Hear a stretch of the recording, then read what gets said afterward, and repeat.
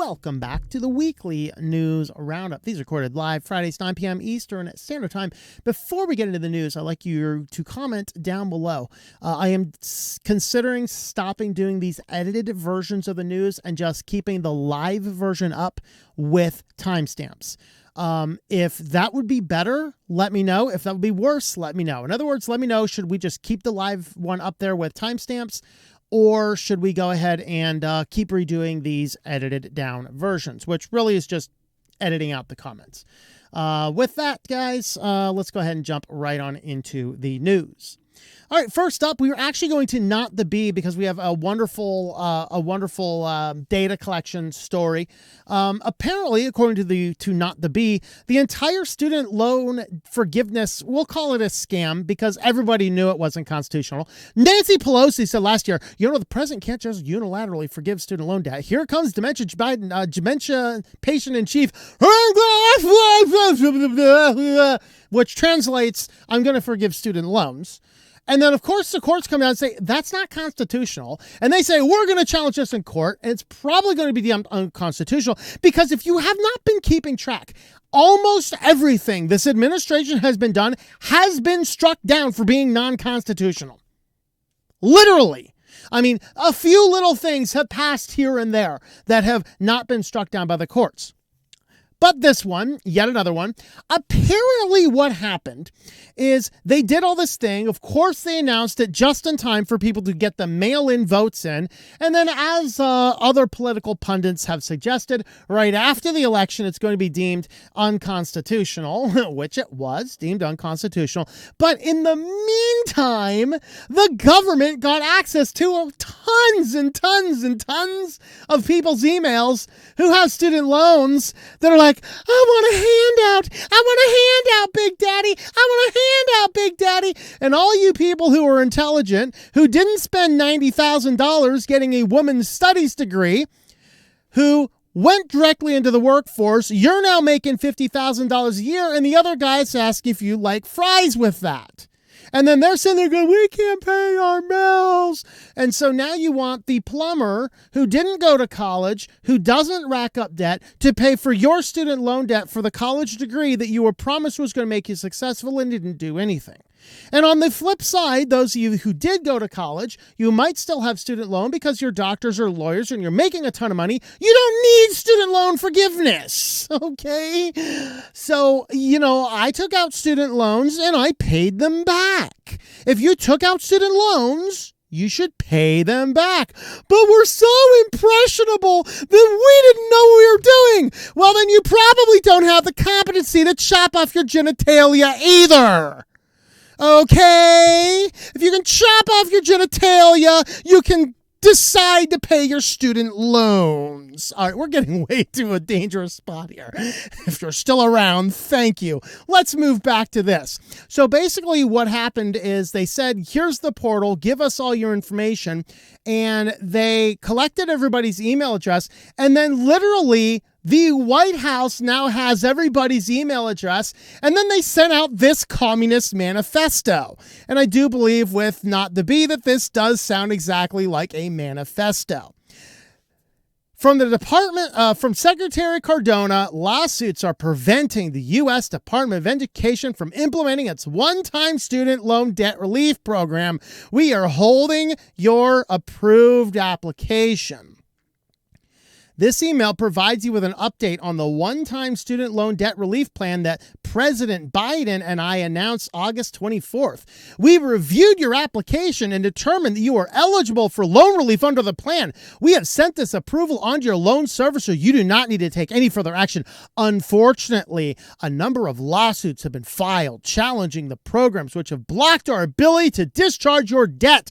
At present, we believe strongly the lawsuits are meritless and the Department of Justice has just appealed on your behalf. Your application is complete and approved, and we will discharge your approved debt. If and when we'll prevail in the courts, we will update you when there are new developments. The Harris-Biden administration, as dementia patient in chief so often has said, is committed to helping borrowers as they recover from the koofies. Education is the great equalizer. You would just like fries with that. And guys, I gotta say it because I was a science major, okay? I was a college professor. The old truth is true. You know, the scientist goes to school and he asks, how does it work? The engineer goes to school and he asks, why does it work? The liberal arts major goes to school and asks, would you like fries with that? Okay, this is crazy. Basically, all that you've done by filling out all this information is you have given them your email at the government, the White House. This is coming from the White House, which is, if you're not familiar with American politics, we have a legislative branch, we have an executive branch, and a judicial branch. And the way it's supposed to work is all three of those have to be in agreement. And it's really good when they never are because progress isn't made. And we don't need progress because progress says we're all going to chop parts off our body that are perfectly functional. Okay, and so in light of this, you have just given your email address to the executive branch of the government, and now the executive branch of the government is emailing you saying, we really want to give you money, but them evil Republicans are standing in the way. And that is kind of crazy. So yes, if you filled this out, you have given your email address to the executive branch of the government. And that's an exciting thing. And I promise you guys, the rest of the news, I don't think is this political. I probably should have put this at the end. All right. Can anyone avoid CCTV surveillance? We ask an expert from The Guardian. This is looking at the UK because apparently there's a new UK TV thriller called The Capture that has thrown the scale of camera surveillance into the spotlight. And frankly, this is a good thing. It's the same reason I love seeing this massive proliferation of articles saying in this post-Wade decision, we have to worry about our medical privacy. Good. I want everybody worried about their medical privacy and their financial privacy and their operating system privacy and their software privacy and their general privacy. I think we are collecting and sharing too much information. Anything that progresses the idea that we need to pay more attention to dangerous things around us is a good thing. Praise the Lord. We have a lot of people now talking about privacy in the post-Wade society. Awesome. You're finally thinking about privacy. Congratulations. Now I hope you realize you actually do have something to hide. All right. So this new TV show, it's kind of like raising awareness of the fact that CCTV is absolutely everywhere. And they wanted to get in here and ask, what could you do?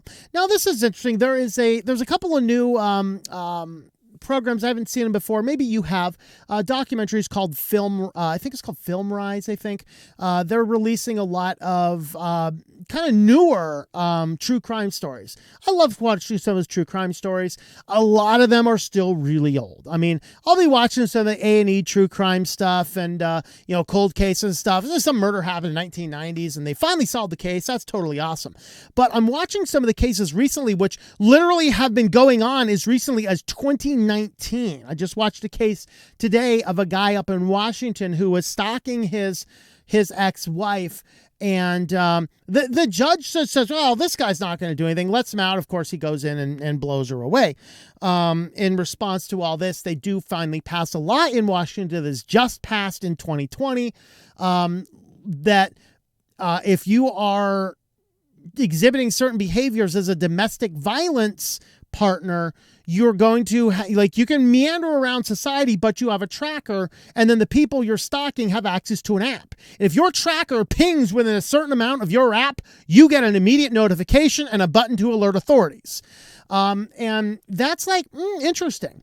We can talk about some of the merits on that. But these are people exhibiting dangerous behavior that, frankly, if the judge in the case looked at all the information, that the guy who's being violent, who has a restraining order, who's already committed medical issues upon the woman, who has a restraining order, attempts to buy a gun, is flagged and arrested, and is let out on $2,000. Whoa, is anybody shocked he killed the guy? A guy like that, I mean, it's better to have him in jail, but if you're going to have him out, sure, let's go ahead and have this kind of invasive technology because you've disproven your ability to survive in society unencumbered. All right. But this is raising awareness of CCTV. I was got off on that side tangent. This is a tangenty video today. We're going to be on here forever. Sorry. on this, what happened is I was watching one the other day, and this was only from maybe 5 or so years ago. And because of the CCTV, now there wasn't nearly as much of it because it was 5 years ago, but there was enough that they were to track this woman across the country by flagging her license plate as she went through various surveillance cameras and things like this. So they were always a step behind her, but at least they kind of knew where to look for the bodies. And she was an old grandma too. She was literally a grandma on a murder spree. Go figure. This society is getting weird. I mean, the ones back in the 90s, it's all predictable stuff. Yeah, the guy gets out of jail, he's all mad, and he goes and kills somebody. Yeah, nobody's surprised by that. But the grandma going through it, yeah, this is getting weird. But the fact that the CCTV is absolutely everywhere is becoming bigger. Of course, UK, particularly in London, is one of the most CCTV dense places in the world. So that's why this is a significant principle right here. But they're just raising awareness and asking, what can you do? Can you put on like fake scars, good makeup? If it's super amazing, maybe. Not really. Of course, when everyone started wearing kufi catchers, the technology had to get caught up to that. And so they have caught it up with that. And so, kufi catchers don't generally help you as much anymore. Here's one thing that actually works on, not on all cameras, but on some cameras. Some cameras identify you from the gait you have when you walk. If you put a pebble in your shoe, it will change your gait and it will evade some detection. Of course, if you always put a pebble in your shoe when you walk, it kind of defeats the purpose. Maybe throw the pebble in your shoe when you're walking in front of a camera, you know, it's a gait detection. Walk all funky, and then you take the rock out of your shoe, and you're all good. But this was neat. Is it possible to avoid surveillance? Online it is. Look at this. The Guardian says online it is. I thought that was a neat one because I do tell people, people somehow say there is no privacy on the internet. I completely disagree. And I have completely clarified that so many times. In fact, just saying it here, somebody's going to leave it in the comments to say, there is no privacy on the internet. I'm going to tell you right now. Go ahead and leave the comment. I'll tell you right now. Yes, there is. There is privacy online if you know what you're doing. But in the real world, if it's deployed everywhere without any accountability, all we can do is force governments to regulate. That is a dangerous place. It's better if we just don't have those things everywhere. And so it just raises some concerns and questions about CCTV and are you aware of what it is? And the question is, who has access to these? And that's really a good question to ask. All right, this is a neat one. This is more information coming out about the iPhones. So all the people who were saying a while back, and I think the most prolific YouTuber who was talking about this up to a couple years back is the hated one. He was completely right.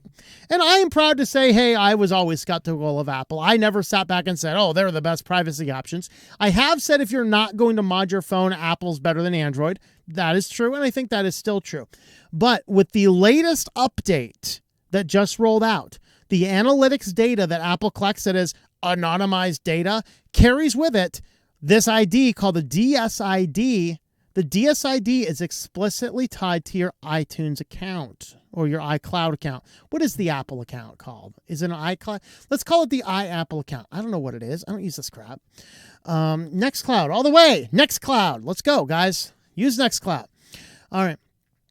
So DSID is explicitly tied to your Apple ID. And that means that when this data is collected and everything in the analytics has started to collect it, Apple now knows exactly who you are and exactly what you're doing. Now, on the cursory examination of the data, it doesn't have any of your information. The problem is they can take that line of data, take that DSID, and get anything about you from that. And so they basically have rolled out an update in the latest versions of Apple devices. And all the latest versions about the Apple devices, everything that you're doing that Apple is collecting any form of analytics is tied to the DSID. Now, of course, if you do not have a DSID, so you've set up your phone and you've never created an Apple account, in theory, that's possible. Or what I did when I ran an iPhone is I went on there, I created the Apple ID, downloaded everything I needed, and then I removed all of that stuff from the phone. I removed the DSID. Who knows? Maybe it worked. Maybe it didn't. Who knows? Looks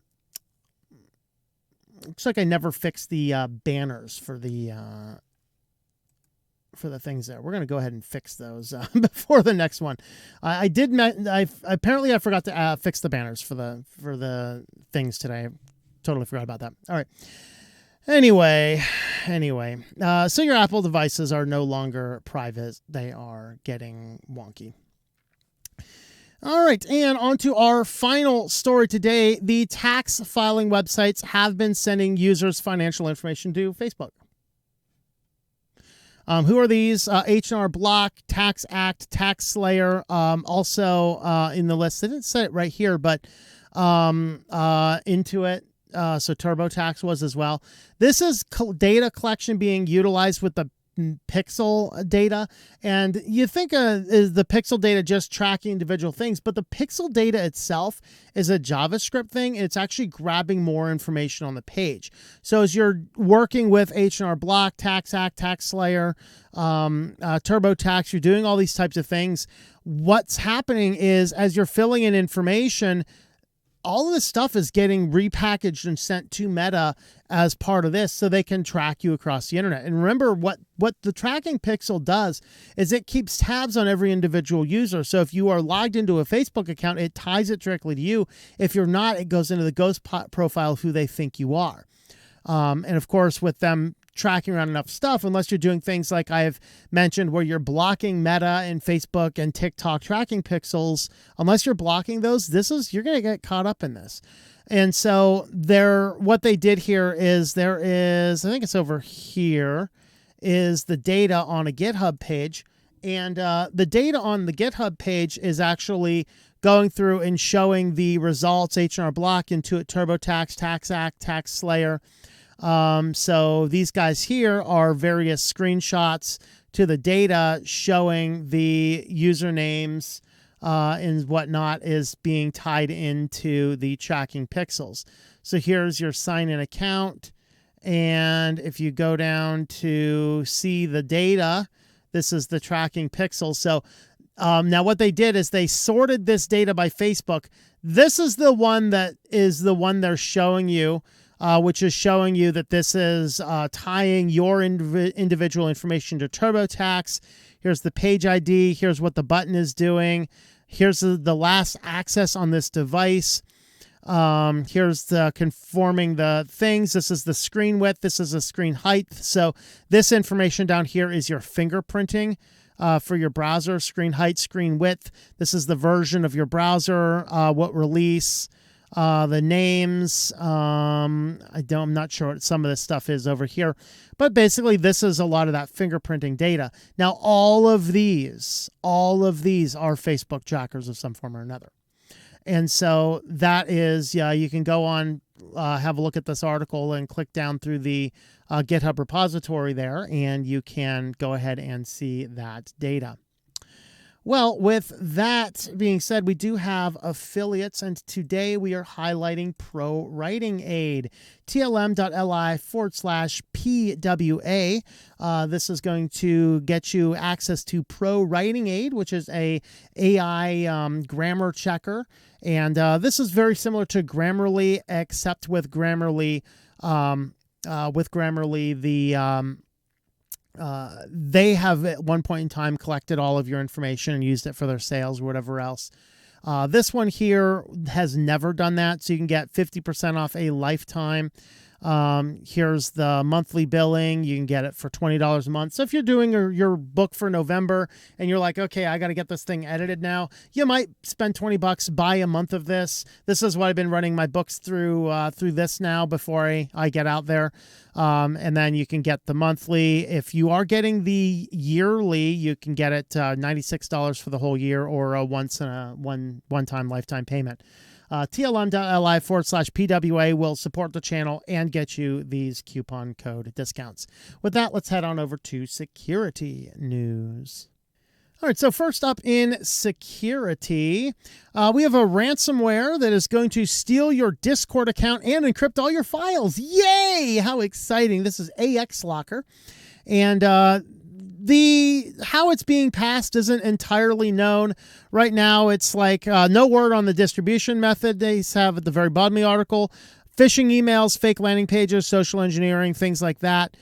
Basically, what this is going to do is you get it on your system. It's going to steal your Discord save cookies. So once you take that, they can install that and basically access Discord as if you're the one doing it, and then they will encrypt all your files in your device while they're at it. So, you'll be all messed up in that respect, and then by the time you get everything unencrypted, then you'll realize, oh, somebody else is on my Discord. So, I think Discord is just becoming the spam central zone at this point.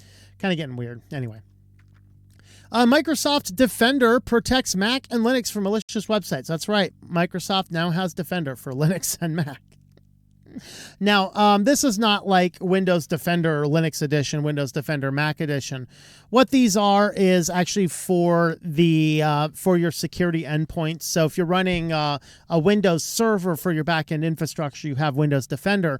But if you're running many of the different Ubuntu servers, CentOS, Red Hat, Debian, and Ubuntu, if you're running these servers to run your infrastructure and the devices that are connecting to those servers before gaining access to the corporate resources, you actually can now install Windows Defender on those. Of course, it requires you to link that server into your Microsoft account so that you can track and train and all those fun odds and ends back and forth. But with that,